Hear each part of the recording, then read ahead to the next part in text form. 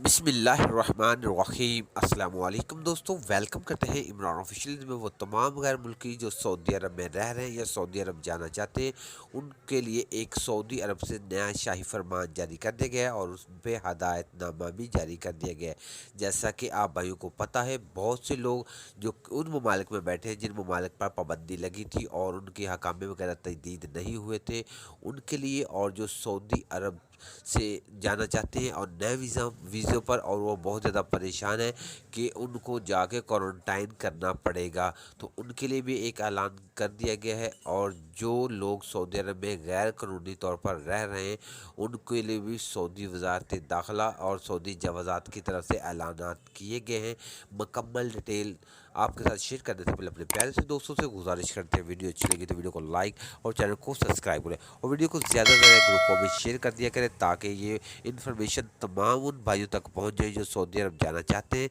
या सऊदी अरब में मौजूद हैं। तो सबसे पहले बात करते हैं जिन लोगों ने नए वीज़े पर जाना है, उनके लिए फरवरी के इस महीने में बूस्टर डोज, जैसे सऊदी वजारत सेहत की तरफ से ऐलान कर दिया गया है, बूस्टर डोज मुकम्मल होगी तो वो क्वारंटाइन जो 5 दिन का सऊदी अरब जाकर करना पड़ता है, ये ख़त्म कर दिया जाएगा। ये फरवरी का महीना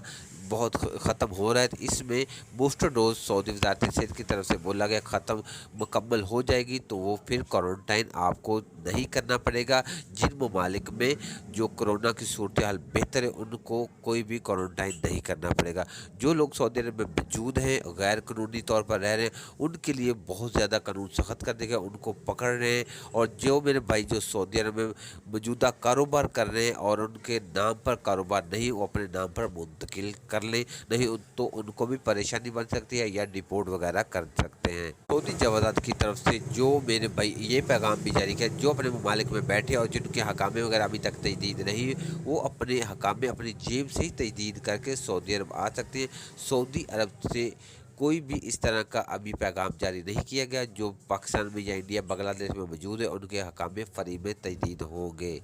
छोटी सी अपडेट थी आप लोगों के साथ शेयर की। वीडियो अच्छी लगी तो वीडियो को लाइक